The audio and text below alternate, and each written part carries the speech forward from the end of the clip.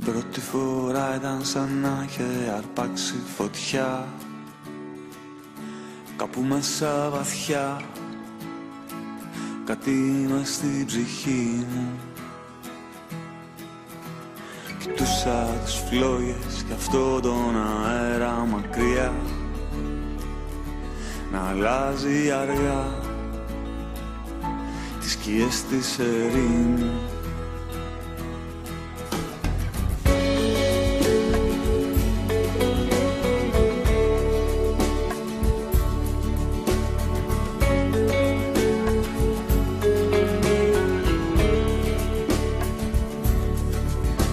Χορεύοντας μου δείξες μέσα σε 5 λεπτά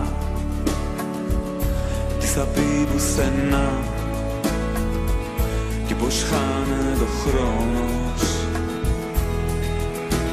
Ότι αν το πιστέψεις τα αλήθεια η αγάπη μπορεί,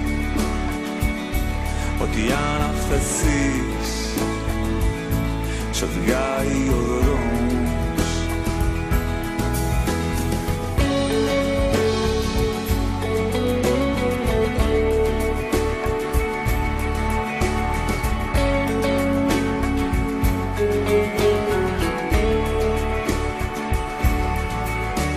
Από τότε περάσαμε χρόνια, κυλήσαν νερά, όμως κάπου βαθιά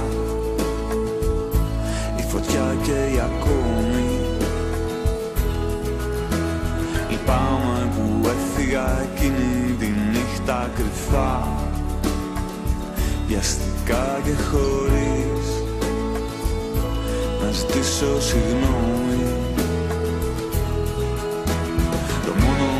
Θα ήθελα κάποτε σε ξαναδώ είναι να πω ευχαριστώ για το θαύμα που είδα και να δώσω για μια τελευταία φορά το ρυθμό στον τρελό σου χώρο, στη λευκή καταιγίδα.